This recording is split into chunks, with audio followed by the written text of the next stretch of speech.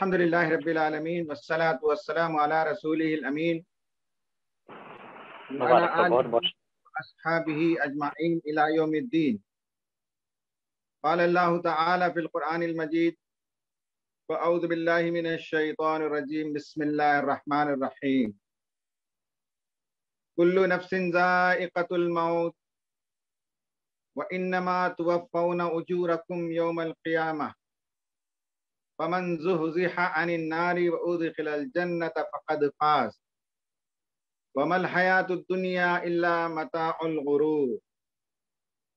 सदक़ल्लाहुल अज़ीम। Rabbi इश्रह ली सदरी व यस्सिर ली अमरी वहलुल उक़दतम मिन लिसानी यफ़क़हू क़ौली।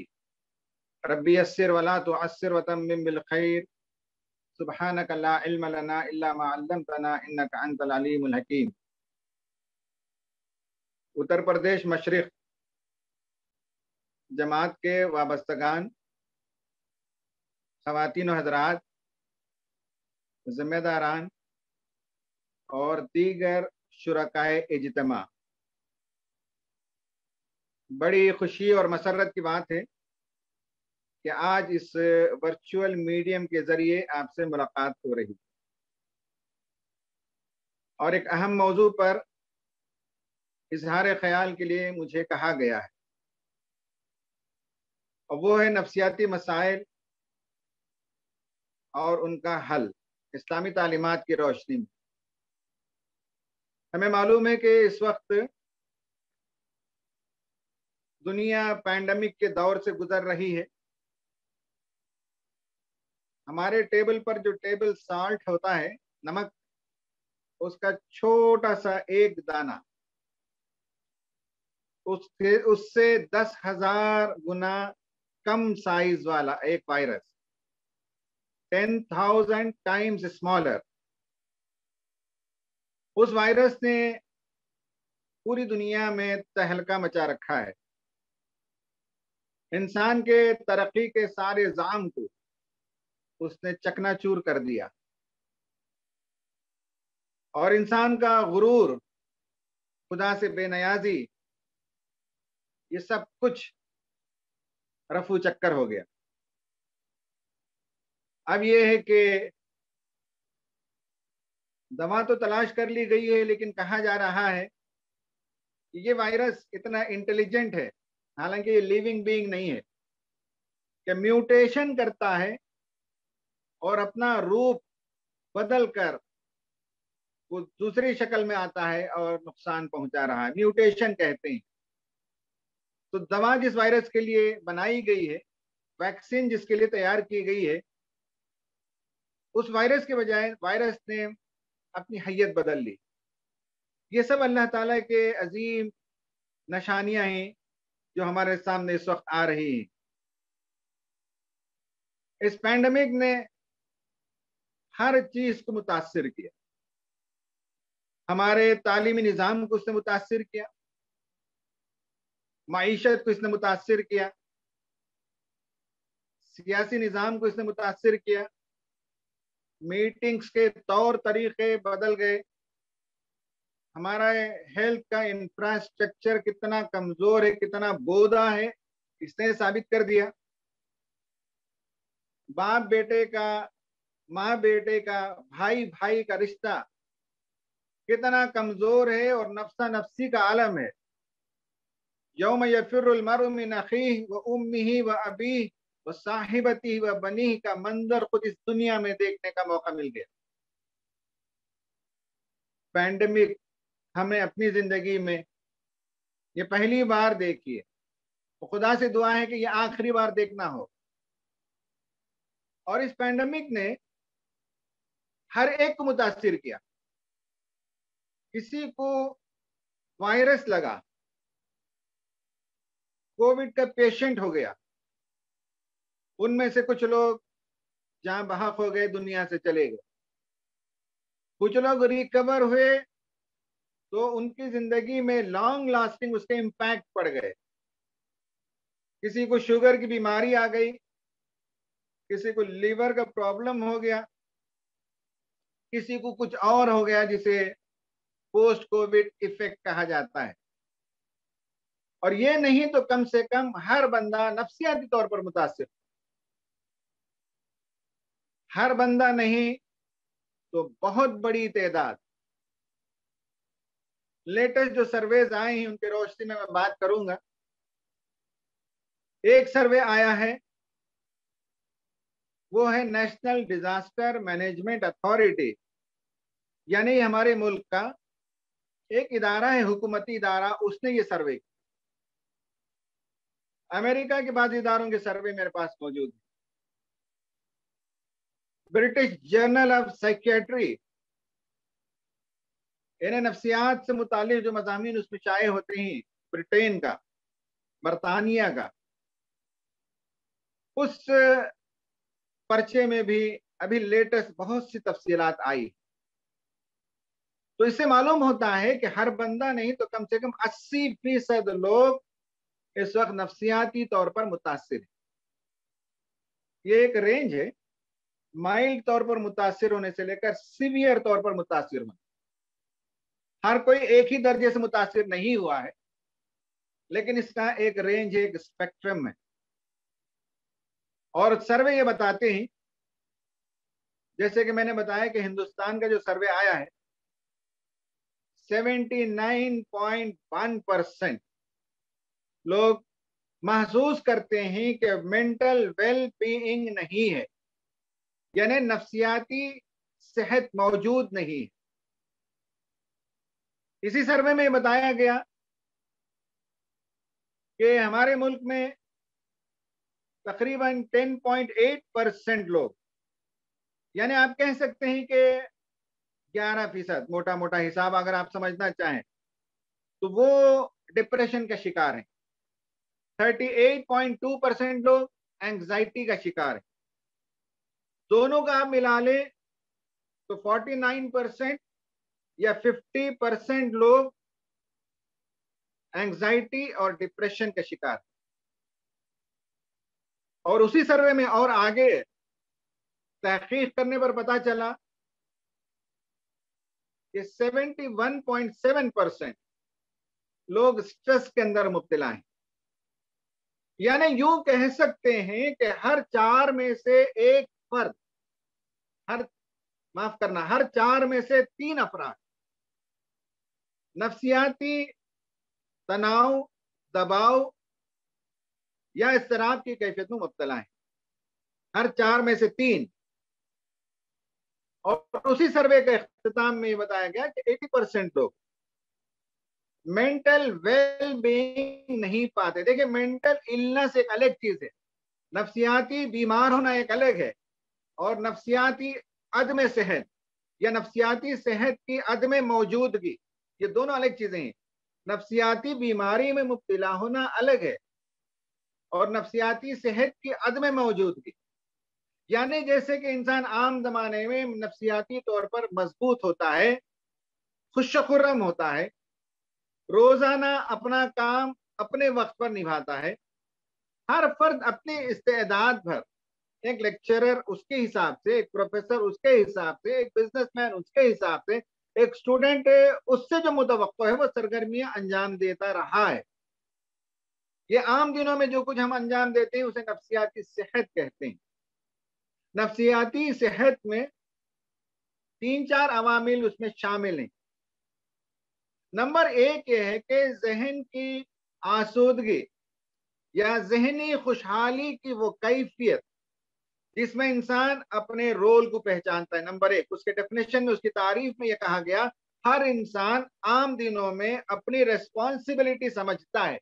एक औरत सुबह उठती है तो उसे मालूम है कि उसकी रेस्पॉन्सिबिलिटी ये है कि खाना पकाती है शौहर के लिए, बच्चों के लिए, बच्चों को उठाती है बिस्तर से, नहला धुला कर तैयार करती है और उन्हें नाश्ता कराती है, उनका टिफिन पैक कराती है और ले जाकर गेट तक जब उनकी वैन आ जाती है तो स्कूल के वैन में उन्हें चढ़ा देती है। She knows her responsibility. एक मर्द उठता है नमाज से फारिग होने के बाद, तिलावत वगैरह से फारिग होने के बाद, नहाने धोने के बाद, कपड़े वपड़े पहनकर डाइनिंग टेबल पर आता है, खाने पीने के बाद अपने जॉब पर चला जाता है। 9 बजे से लेकर 5 बजे 6 बजे तक ऑफिस में वक्त गुजारता है, वापस लौटते हुए कभी अपनी माँ से मुलाकात के लिए भाई साहब के घर चला जाता है, कभी इज्तिमा में शिरकत के लिए फला मस्जिद चला जाता है, कभी किसी की बीमार पुरसी के लिए चला जाता है, कभी घर के लिए सौदा तरकारी लेने के लिए मार्केट चला जाता है, वापस लौटता है। He knows his responsibility. जब सुबह उठता है तो आदमी को मालूम है कि ये मेरे करने के काम है। नफ्सियाती सेहत में नंबर 1 है कि हर फर्द को अपनी जिम्मेदारी याद है। He knows his responsibility. उस रिस्पॉन्सिबिलिटी को अदा करने में जो तनाव या जो दिक्कतें आती हैं, आम जमाने में इंसान उन्हें आसानी से झेल लेता है। नफ्सियाती सेहत पर मैं बात कर रहा हूं। नफ्सियाती मसाइल को समझने के लिए नफ्सियाती सेहत, इसे समझना चाहिए। नफ्सियाती सेहत यह है कि अपनी रिस्पॉन्सिबिलिटी को इंसान आम दिनों में समझता है, उस रिस्पॉन्सिबिलिटी को अदा करने में जो दिक्कतें पेश आती हैं उन्हें बसहूलत आराम के साथ उनसे निमट लेता है। मसलन तलबा को कॉलेज जाना है, बसों में टाइटली पैक होकर जाते हैं, एक तनाव की कैफियत है, इसमें एक प्रेशर है, लेकिन आम दिनों में उसे बर्दाश्त कर लेता है। या साइकिल से जाना है स्कूल तक 2 किलोमीटर, या गांव के बच्चे पैदल जाते हैं, या औरत को सुबह जब उठती है तो उसे अपना ओन एक प्रेशर होता है। जब वो किचन में जाती है, अंडा मौजूद नहीं है, दाल नहीं है, नमक नहीं है, फौरन फोन करो और सुपरमार्केट से ऑर्डर करो, बिग बास्केट से ऑर्डर करो। या बच्चे को उठाती है और कहती है कि जरा जल्दी से ले आना। ये डेली प्रेशर हर इंसान पर है। एक तालिब इल्म पर प्रेशर है, एक प्रोफेसर है तो उसे आज क्लास में जो लेक्चर देना है उसकी तैयारी करना, उसे प्रेशर है। एक औरत को अपने काम काज के निभाने में प्रेशर है। एक डॉक्टर को आज जो सर्जरी करनी है उसका दबाव है, और नॉर्मल दिनों में उन्हें बर्दाश्त करता है, आसानी से उससे निमट लेता है। Knowing your responsibility, dealing with tension and problems ordinary तौर पर, और वर्किंग फ्रूटफुली, और इंसान दिन भर में प्रोडक्टिव होता है और काम करता है और उसका काम समर आवर होता है। एक लेक्चरर कॉलेज जाता है और लेक्चर देकर कामयाबी से लौटता है। एक औरत किचन में जाती है, कामयाबी से अपना काम धाम करके बेडरूम में वापस आती है। एक टेलर अपना काम करता है प्रोडक्टिव, उसका दिन जो है समर आवर होता है, उसकी कारगुजारी होती है। एक तालिब इल्म स्कूल और कॉलेज जाता है और वापस लौटता है तो वो प्रोडक्टिव आता है।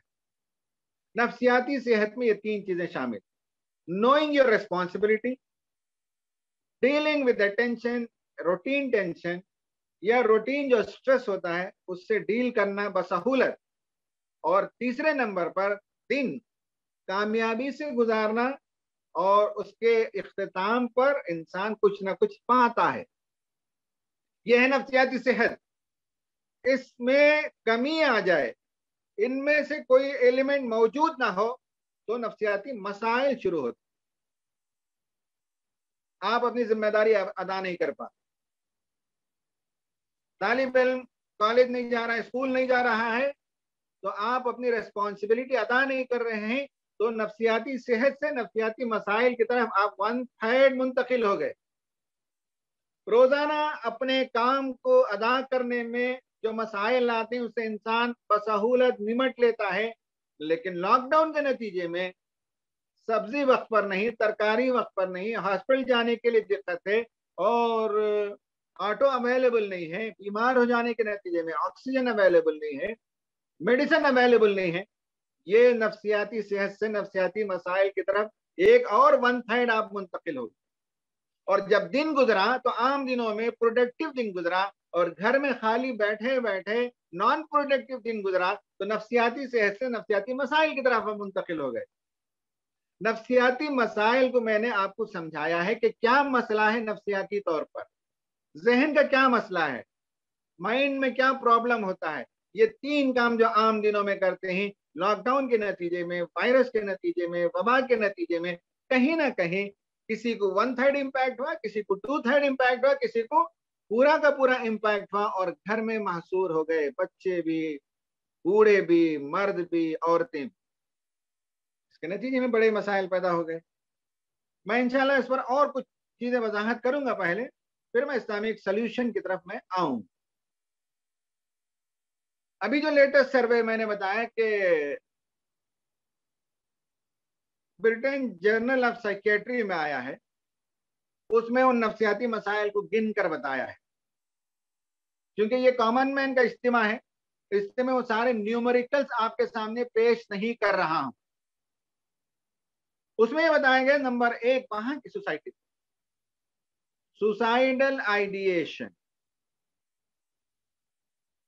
जिंदा क्यों है, खत्म हो जाते तो अच्छा था, उसके बारे में सोचना। उससे आगे है सुसाइडल टेंडेंसी, उससे आगे इंसान सुसाइड करता है, लेकिन उसकी शुरुआत जिंदगी से इंसान उकता जाए, बेजार हो जाए। मैं ये यकीन से कह सकता हूं कि अहले ईमान तो इसमें मुब्तला नहीं होते, लेकिन जिनका ईमान नहीं है उन्हें जिंदगी बोझ बन गई है, वो जिंदगी से उकता गए हैं। ये नंबर 1 मसला हुआ। नंबर 2 मसला डिप्रेसिव सिम्टम्स, यानी डिप्रेशन के कुछ आसार नुमाया होने लगे।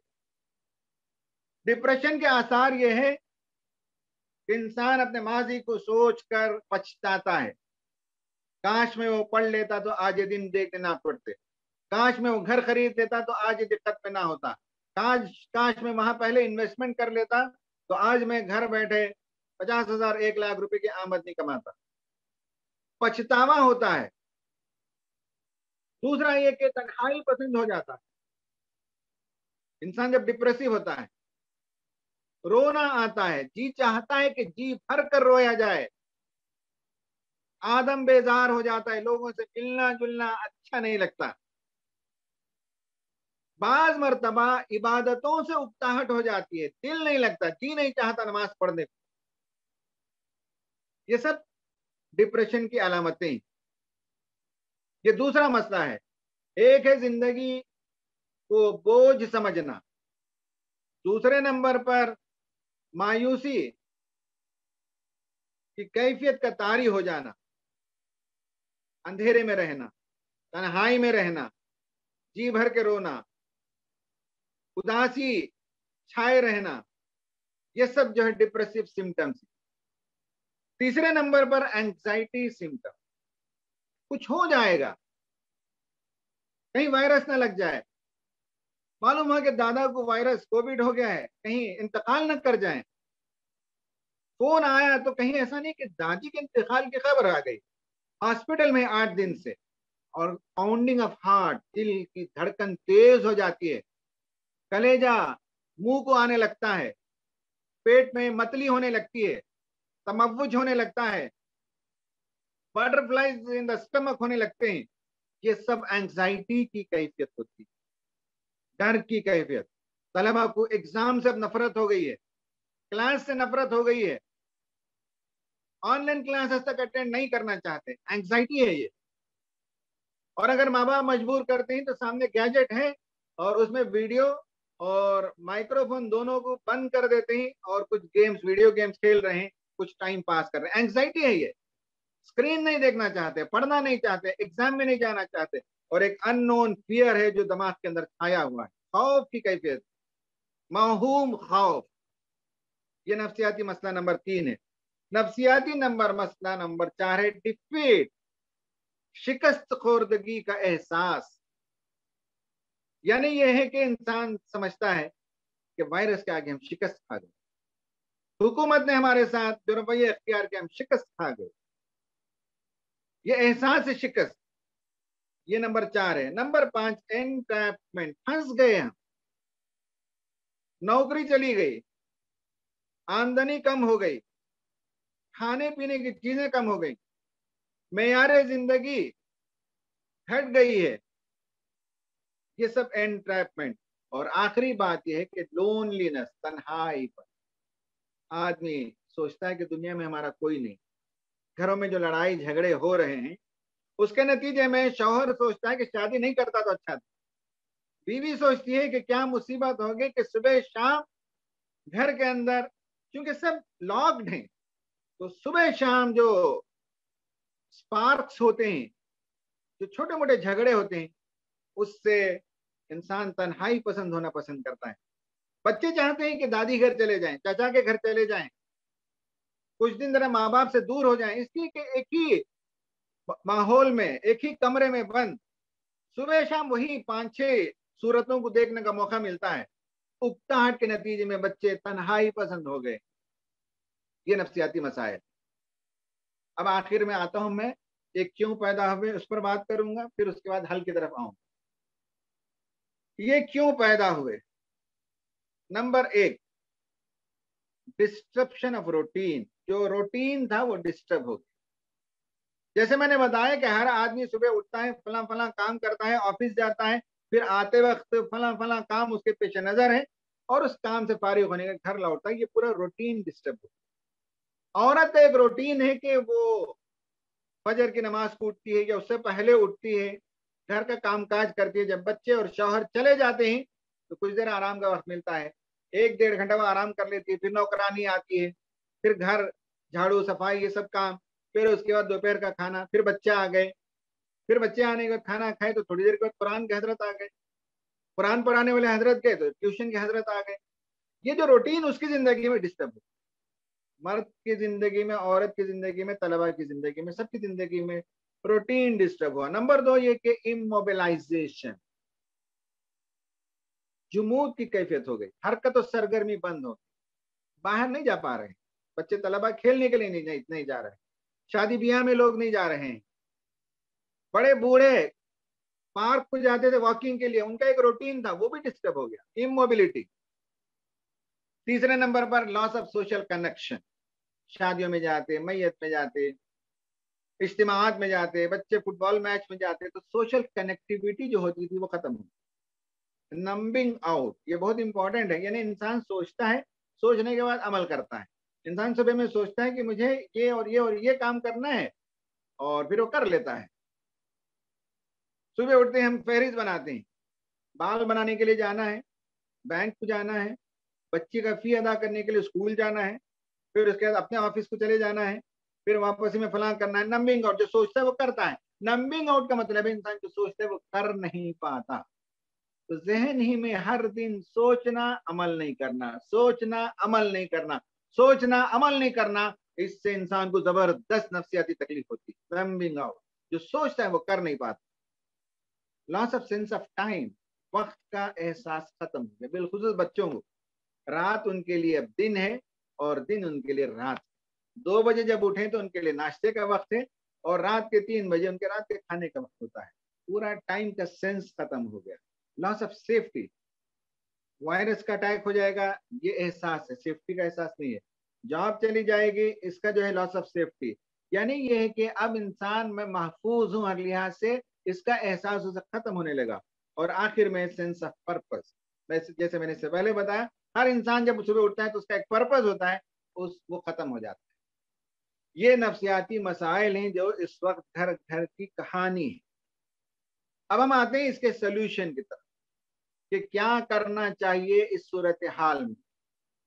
अल्लाह का एहसान है कि अल्लाह ताला ने 2 एहसान तो हम पर किए। एक तो ये कि मुसलमान घरानों में पैदा किया।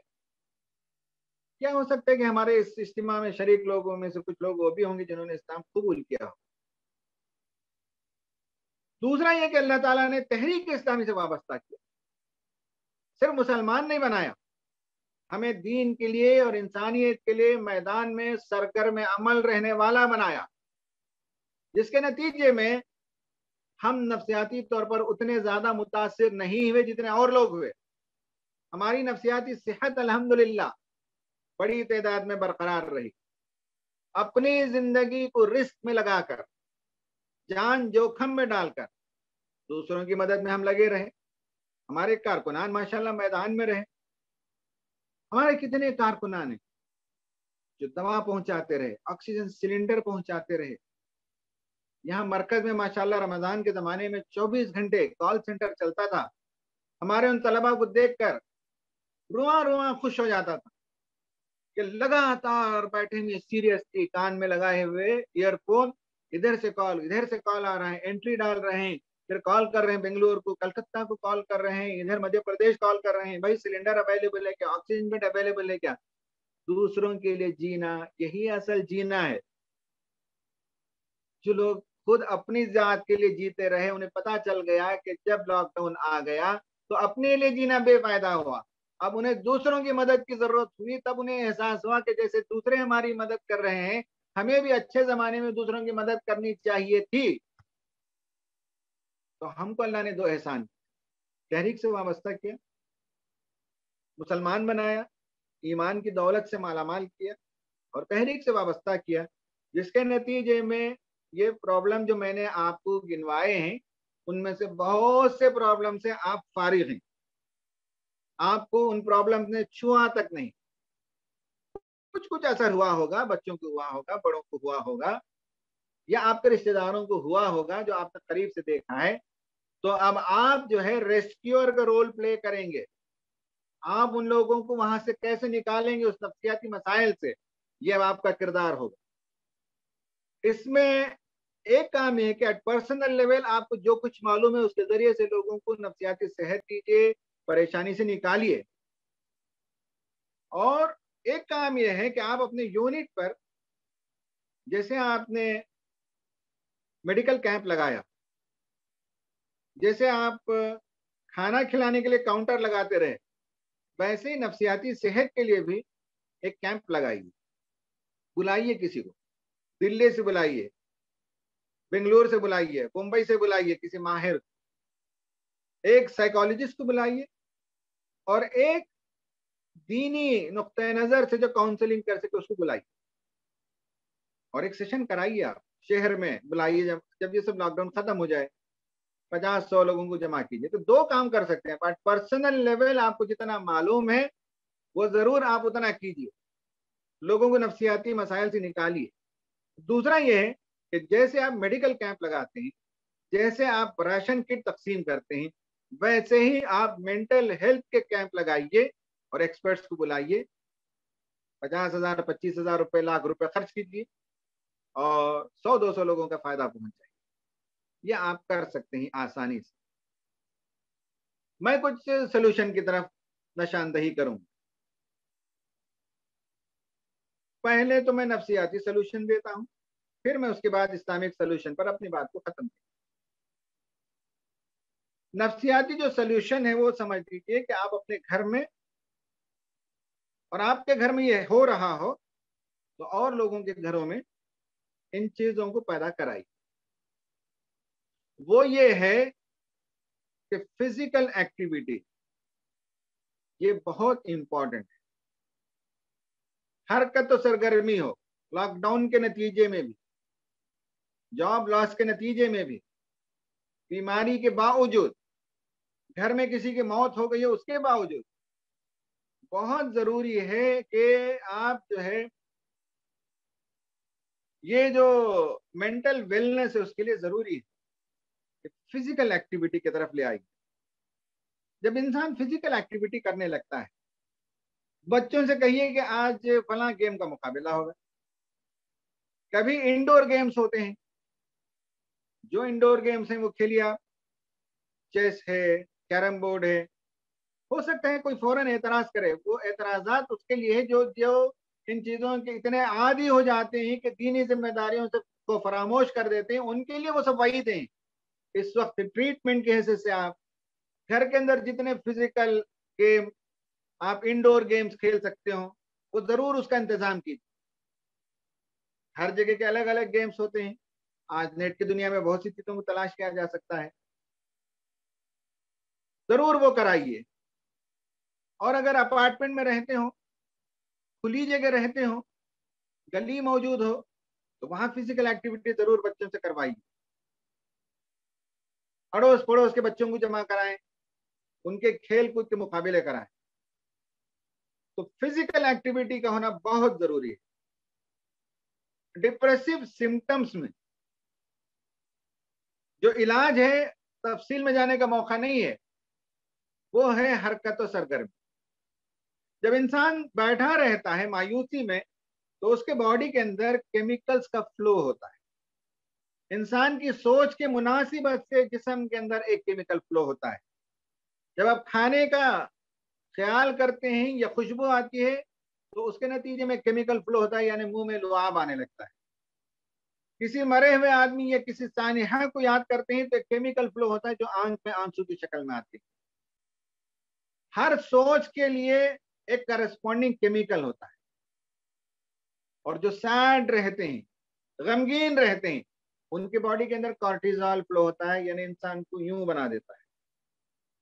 और उसका मुकाबला यह है कि खेल कूद करने के नतीजे में पॉजिटिव केमिकल्स आते हैं बॉडी के अंदर, और पॉजिटिव केमिकल जब आते हैं तो उसका काउंटर होने लगता है, हरकत और सरगर्मी आती है। ये बहुत जरूरी है इस जमाने में। नंबर 2 ये है कि घर के माहौल में खासकर बड़े लोगों को चाहिए कि अपने जज्बात पर कंट्रोल रखें और लॉफ्टर, हंसी मजाक का माहौल बनाकर रखें। अब हो गया ये कि बच्चों से जो मुतालिबे हैं सुबह शाम के वक्त पर नहीं उठा, बिस्तर उसने तह नहीं किया, खाए हुए बर्तन को नहीं उठाया, नमाज वक्त पर नहीं पढ़ा उसने, और फला नहीं किया, फला नहीं किया, नहीं करने की जो पूरी फहरिस्त है, ये सुनाने के नतीजे में घरों के अंदर रिफ्ट पैदा होता है, मायूसी की कैफियत पैदा होती है। माँ बाप को चाहिए कि इसको समझें कि आप अपने बच्चों की नफ्सियाती सेहत चाहते हैं तो इस जमाने में क्रिटिसाइज न करें, हंसी मजाक का माहौल बनाइए। लॉफ्टर, लॉफ्टर के नतीजे में भी पॉजिटिव केमिकल्स आते हैं। डोपामाइन आता है बॉडी के अंदर, डोपामाइन एक केमिकल जिससे इंसान को फरहत और इंबिसात की कैफियत आती है, खुशी होती है। और इंसान, बच्चे खासकर देखेंगे आप, उछलते कूदते बहुत हैं, उस वक्त उनके बॉडी के अंदर डोपामाइन बहुत होता है। ये अल्लाह ने केमिकल्स बनाए हैं, खुश रहने के लिए अलग केमिकल है, गमगीन के अलग केमिकल है, गुस्से वाले के केमिकल्स अलग होते हैं, मायूसी के केमिकल्स अलग होते हैं, सुसाइडल टेंडेंसी के केमिकल्स अलग होते हैं। ये सब जो है कीमियाई अनासिर बदन के अंदर अल्लाह ताला ने रखे हैं, और उसका इम्पैक्ट होता है। नंबर 2 ये कि घर के अंदर तनकीद के माहौल को कंट्रोल कीजिए और लॉफ्टर का माहौल पैदा कीजिए, हंसने का माहौल पैदा कीजिए। ये माँ बाप कर सकते हैं। नाराज होना जरा कम कीजिए, गुस्सा करना जरा कम कीजिए, तनकीद करना कम कीजिए, शिकायतें करना कम कीजिए। अब आम जमाना नहीं है, शिकायतें न कीजिए, जमाना जो बहुत मुश्किल है। और अगर बच्चे मेंटली प्रॉब्लम का शिकार हो जाएं तो आप खो देंगे उनको, लाखों रुपए खर्च करने पड़ेंगे। उससे बेहतर है कि आप बर्दाश्त करें और घर के माहौल को बदलें। नंबर 3 ये है कि क्रिएटिव एक्टिविटीज की तरफ, क्रिएटिविटी जब इंसान करता है, तख्लीकी सलाहियत को जब उजागर करता है, तो उसके नतीजे में भी इंसान की नफ्सियाती सेहत बनती है। क्रिएटिविटी, शायरी करना एक क्रिएटिविटी है, आर्ट और पेंटिंग करना एक क्रिएटिविटी है, कप केक्स बनाना, चॉकलेट्स बनाना, होममेड चॉकलेट एक क्रिएटिविटी है। ऐसे ही मेहंदी लगाना एक क्रिएटिविटी है, तख्लीकी सलाहियत चाहिए। जब इंसान तख्लीकी काम करता है तो उसके ब्रेन के सेल्स रिकनेक्ट होते हैं, और ये जो मायूसी के सेल्स कनेक्टेड हैं, अटके हुए हैं, ये खुलने लगते हैं, और नए सेल्स का जो है उसमें इल्हाक होता है, वो आपस में जमने लगते हैं। क्रिएटिविटी, माँ बाप ये कहते हैं कि बच्ची केक बनाने के लिए 1,000 रुपए का सामान लेकर आ गई। मैं कहता हूँ 1,000 रुपए बहुत कम है। अगर मेंटल प्रॉब्लम हो जाए तो लाखों रुपए आप खर्च करेंगे हॉस्पिटल के लिए, दवाओं के, उससे बेहतर है 1,000, 2,000, 5,000 खर्च कीजिए। और खर्च के बगैर भी बहुत कुछ हो सकता है। आर्ट एंड पेंटिंग के लिए क्या है, घर में जब पेपर अवेलेबल है, बच्चों के पास जो पेंसिल अवेलेबल है, बस उसमें डिजाइन करेंगे। क्रिएटिविटी मोस्ट इंपॉर्टेंट है कि इस जमाने में क्रिएटिविटी को फरोग दीजिए, जिससे नफ्सियाती सेहत बनती है। ये सब चीजें होनी चाहिए। रसूल सल्लल्लाहु अलैहि वसल्लम की जिंदगी में आप देखिए, बच्चों के साथ कैसे बातें करते थे, घर में काम काज करते थे, अपनी बीवियों के साथ जो बातें करते थे वो क्रिएटिव बातें थी, नई नई बातें थी, उस जमाने में लोगों को नहीं मालूम था। इबादतों के मसाइल बयान करते थे, तहारत के मसाइल बयान करते थे, जंगों की स्ट्रेटेजी बात करते थे, कौमों के वाकयात सुनाते थे। और आप बज़िल संज भी थे, ह्यूमरस भी थे। बड़ों से भी जब दिल लगी की बात करनी हो तो वैसे ही करते थे, बच्चों के साथ भी इस तरह से हंसी मजाक करते थे। आप सल्लल्लाहु अलैहि वसल्लम की जिंदगी मोस्ट बैलेंस्ड, आप सल्लल्लाहु अलैहि वसल्लम की जिंदगी से हमें ये सब चीजें सीखने की जरूरत है। फिजिकल एक्टिविटी, क्रिएटिविटी, रसूलुल्लाह की जिंदगी में हर चीज में क्रिएटिव तरीके से आपने काम किया। हिजरत का पूरा वाकया, उसमें क्रिएटिविटी आप पा सकते हैं। जंगे बदर का जो नक्शा आपने बनाया, उसमें आप क्रिएटिविटी पा सकते हैं। आपके हर काम में क्रिएटिविटी है। Physical activity, laughter and creativity, हरकत सरगर्मी, बजला संजी, हंसी मजाक और तख्लीकी सलाहियतों को उजागर कर, ये आम तौर पर घरों में जो किया जा सकता है। मैंने आम जुबान में ये बातें कही। पेचीदा बातें या जो नफ्सियाती मर्ज में मुब्तला हो, उसे उससे निकालने के लिए मैं जब काउंसलिंग करता हूँ, तो जो बातें मैं उनको बयान करता हूँ वो आपको मैंने बयान नहीं किया, वो अलग चीजें ही। वो कोई एंग्जाइटी का पेशेंट आता है तो एंग्जाइटी को कैसे निकाला जाता है, वो एक टेक्निकल चीज है। मैंने टेक्निकल बातें नहीं कही। कोई आदमी डिप्रेशन का शिकार हो तो मैं डिप्रेशन के लिए पूरा एक प्रोसेस से गुजारता हूँ और डिप्रेशन से लोगों को निकालता हूँ। वो टेक्निक मैंने आपके सामने बयान नहीं किया। कॉमन मैन के लिए वो जरूरी नहीं है। कॉमन मैन के लिए जरूरी है। और आप बहैसियत काउंसलर, आप बहैसियत कारकुन जमात के, अपने अतराफ में, अपने रिश्तेदारों में, भाई बहनों में ये बातें आम कीजिए। घर का माहौल चेंज करें, खुशगवार माहौल बनाइए, तनाव की कैफियत को दूर करें। तो इंशाअल्लाह आने वाला जमाना बहुत ही गंभीर जो आने वाला है, उसमें ये घर वाले सेहतमंद रहेंगे।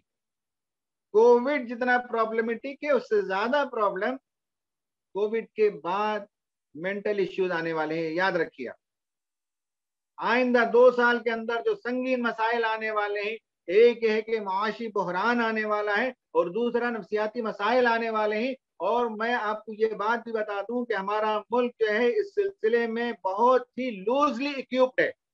मेंटल हेल्थ का इंफ्रास्ट्रक्चर आम हेल्थ के इंफ्रास्ट्रक्चर से और कमजोर है। हेल्थ का इंफ्रास्ट्रक्चर, उसकी क्या सूरत हाल है हमने देख ली है। मेंटल हेल्थ का इंफ्रास्ट्रक्चर और कमजोर है हमारे मुल्क के अंदर। माशी बहरान पहले इससे है, माशी कमर टूट गई है और उस पर और मजीद 3 करोड़ लोगों के जॉब चले गए हैं इस पैंडमिक में। ये 2 मसाइल तो बहुत गंभीर आने वाले हैं। जमात के कारकुनों को इसे कैसे फेस किया जाए, इसकी तैयारी करनी पड़ेगी। अब आखिर में इस्लामिक सोल्यूशन। इस्लामिक सोल्यूशन 3 मौजू पर बात करूंगा, 3 मिनट के अंदर, 4 मिनट के अंदर। नंबर 1 ये है कि मौत, कोई इंतकाल कर गए घर में रिश्तेदारों में से, तो तकलीफ तो होती है, सदमा होता है। लेकिन इस्लामी उसूल यही है कि दुनिया में जो आया उसे मरना है। और मैंने जो आयत तिलावत की आपके सामने, उसमें तो यही कहा गया। सूरह आल इमरान आयत नंबर 185 में, कुल्लु नफ्सिन जायक़तुल मौत, हर मुतनफ्फिस को मौत का मजा चखना है। व इन्नमा तुवफ़्फ़ौना उजूरकुम यौमल क़ियामा, और क़यामत के रोज तुम्हारे अमाल का अजर पूरा पूरा दिया जाए। और उस दिन जो जहन्नम की आग से बचा लिया गया और जन्नत में दाखिल कर दिया गया, वो शख्स कामयाब है। और ये रही है दुनिया की जिंदगी, एक धोखे की टट्टी के अलावा कुछ नहीं। कुरान ने दूसरी जगह ये कहा, सूरह अनकबूत में आयत नंबर 64 में, वमा हाज़िहिल हयातुद दुनिया इल्ला लहवुन व लइब, ये दुनिया की जिंदगी एक खेल कूद है, इसके अलावा कुछ नहीं है। व इन्न दारल आखिरत लहियल हयवान, और हकीकत में जीने की जगह, जिंदगी की जगह, जिंदगी का मजा उठाने की जगह आखिरत है। लौ कानू यालमून, काश के लोग इस हकीकत को जान लेते। ये पहली बात है। एक किताब है शौक वतन, अल्लामा अशरफ अली थानवी रहमतुल्लाह अलैह, बड़ी प्यारी किताब है, सिर्फ हदीसों को उन्होंने जमा किया। उसमें बताया कि मोमिन का असल वतन आखिरत है, उसका शौक पैदा होना चाहिए। और उसमें उन्होंने बताया, हजरत अनस रज़ियल्लाहु ताला अन्हु के से रिवायत करता हदीस है कि नबी करीम सल्लल्लाहु अलैहि वसल्लम ने फरमाया कि ताउन से मुसलमान के लिए शहादत का दर्जा मिलता है। वो भी एक वबा थी, ये भी एक वबा है, कोविड, और भी बहुत से किस्म की वबाएं आती रही। तो वबा में जो मर जाए, बुखारी और मुस्लिम की हदीस है कि उसे शहादत का दर्जा मिलता है। बताइए कि अगर कोई आपके घर में इंतकाल कर गए हो तो क्या किसी के शहीद होने पर आप अफसोस करेंगे? शहादत का दर्जा मिल जाए। आप में से उलमा, बेशतर उलमा ही वो ज्यादा बेहतर इन चीजों को जानते हैं। हजरत अबू हुरैरा से रिवायत है, ये भी बुखारी और मुस्लिम के हवाले से, मौलाना ने लिखा है कि शहादत 5 किस्म के हैं। उनमें से ताउन में मरने वाला, पेट के दर्द से मरने वाला, डूब कर मरने वाला, मकान के गिरने की वजह से मरने वाला, और जिहाद में मरने वाला, ये 5 लोग शहीद हैं। हजरत आयशा सिद्दीक़ा रज़ी अल्लाह तआला अन्हा से रिवायत है कि उन्होंने नबी करीम सल्लल्लाहु अलैहि वसल्लम से वबा के बारे में, ताउन के बारे में पूछा, पैंडेमिक के बारे में। तो आप सल्लल्लाहु अलैहि वसल्लम ने फरमाया कि बास के लिए एक तरह का अजाब है, यानी कुफ्फार और मुशरिकीन के लिए, जिन पर अल्लाह ताला चाहते ये अजाब मुसल्लत करता है। इसके बिलमुकाबिल अहले ईमान के लिए इसे अल्लाह ने रहमत बनाया। ये बुखारी के हवाले से इस हदीस को कोट किया है। तो मर गए हों अगर कोई, या आप काउंसलिंग कर रहे हो और जो लोग मर गए हों, तो उनकी ये हदीस सुनाई। दूसरी बात यह है कि जिन के जॉब चले गए, नौकरी खत्म हो गई, मुआशी तौर पर कमजोर हो गए, उन्हें यह बताना चाहिए कि अल्लाह ताला इन्नल्लाह हुवा रज़्ज़ाक़ु ज़ुल क़ुव्वतिल मतीन, अल्लाह ताला रज़्ज़ाक़ है, वही रिस्क अता करता है, वो जोर वाला है, कुव्वत वाला है। वो अगर किसी का जॉब छीन ले तो अल्लाह ताला आगे की राहें खोलता है। एक दरवाजा बंद होता है तो 100 दरवाजे खोलता है। हो सकता है कि 10,000 का जॉब चला गया, लेकिन नए अंदाज से बिजनेस शुरू करे तो 10 के बजाय 25,000 रुपए इंसान कमा ले सकता है। क्रिएटिविटी का जमाना है, नए अंदाज से कमाने के लिए राहें शायद अल्लाह ताला खोल रहा है। ये उन्हें बताइए कि मोमिन जो है शिकस्त नहीं खाता है। कि मैंने बताया ना नफ्सियाती मसाइल में कि एंट्रैप महसूस नहीं करेगा मुसलमान, डिफीट, शिकस्त खोर्दगी महसूस नहीं करेगा। वो फाइट करेगा जिंदगी के मसाइल से। और एक दरवाजा बंद हो गया तो 10 दरवाजे, 100 दरवाजे उसके लिए खुलेंगे। उसके लिए वो जांफिशानी करेगा, तगोदो करेगा, सरगर्मी दिखाएगा। तो रिस्क का मामला अल्लाह ताला ने ये कहा, वकअय्यिम मिन दाब्बतिन ला तहमिलु रिज़्क़हा। कुरान ने कहा कि वकअय्यिम मिन दाब्बतिन ला तहमिलु रिज़्क़हा, कहा कि कोई जानवर जमीन में जो चलता फिरता हो वो ऐसा नहीं कि अपना रिस्क उठाए फिरता हो। अल्लाह यर्ज़ुक़ुहा, अल्लाह ताला उन्हें रिस्क देता है। व इय्याकुम, और तुमको भी वही रिस्क देता है। व हुवा समीउल अलीम, वो सुनता भी है, जानता भी है। तुम्हारा जॉब चला गया वो जानता है, अल्लाह से दुआ करो तो वो सुनता भी है। और तीसरी बात यह है कि बीमारी के सिलसिले में शिफा अल्लाह ताला ही देता है, ये भी हमें मालूम है। व इज़ा मरिज़्तु फहुवा यशफीन, जब मैं मर्ज में मुब्तला होता हूँ तो वही है जो मुझे शिफा देता है। ये 3 मौज़ूआत थी, तफसील में जाने का मौका नहीं है। एक है मौत, और एक है रिस्क में अगर तंगी आ गई हो, या नौकरी चली गई हो, या माशी तौर पर परेशान हाली का शिकार हो, तो मालूम होना चाहिए कि अल्लाह ताला रिस्क के जिम्मे उसने ले रखा है अपने जिम्मे, और रिस्क रसानी वो करता है। जानवरों को, चरिंदों परिंदों को जब वो खिलाता है तो हमें भी अल्लाह ताला जरूर रिस्क अता करेगा।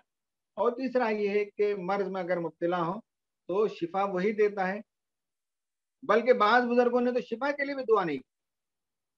कुरान में जो दुआ है हजरत अय्यूब अलैहिस्सलाम की, वो दुआ यही है कि रब्बी अन्नी मस्सनी दुर्र व अंत अरहमुर राहिमीन, परवरदिगार मुझे बीमारी ने छू लिया है।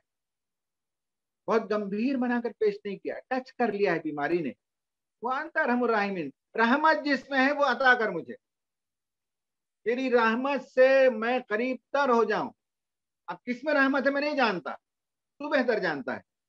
बीमारी से शिफा मिल जाए इसमें रहमत है, फाइन। बीमारी ही में रहने में रहमत है, फाइन। बीमारी से मर जाने में रहमत है, फाइन। रहमत चाहिए मुझे, मर्सी चाहिए, तेरी आगोश रहमत में आ जाऊं, और तू जो पसंद करे वो मुझे कबूल है। अन्नी रब्बी अन्नी मस्सनी दुर्र व अंत अरहमुर राहिमीन।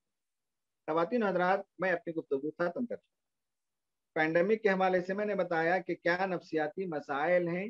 मैंने ब्रिटेन के एक रिसर्च पेपर के हवाले से बताया कि ये मसाइल, मैंने ये बताया कि मसाइल क्यों पैदा होते हैं, उसके फैक्टर्स बताए, जैसे रूटीन का डिस्टर्ब हो जाना, टाइमलाइन का बदल जाना, और फिर जो है सिक्योरिटी और सेफ्टी का एहसास का खत्म हो जाना, इमोबिलाइजेशन हो जाना, नंबिंग आउट हो जाना। मैंने उसके फैक्टर्स बता दिए। फिर मैंने उसके सोल्यूशन बताए, 3 सोल्यूशन। फिर इस्लामिक सोल्यूशन भी 3 बताए।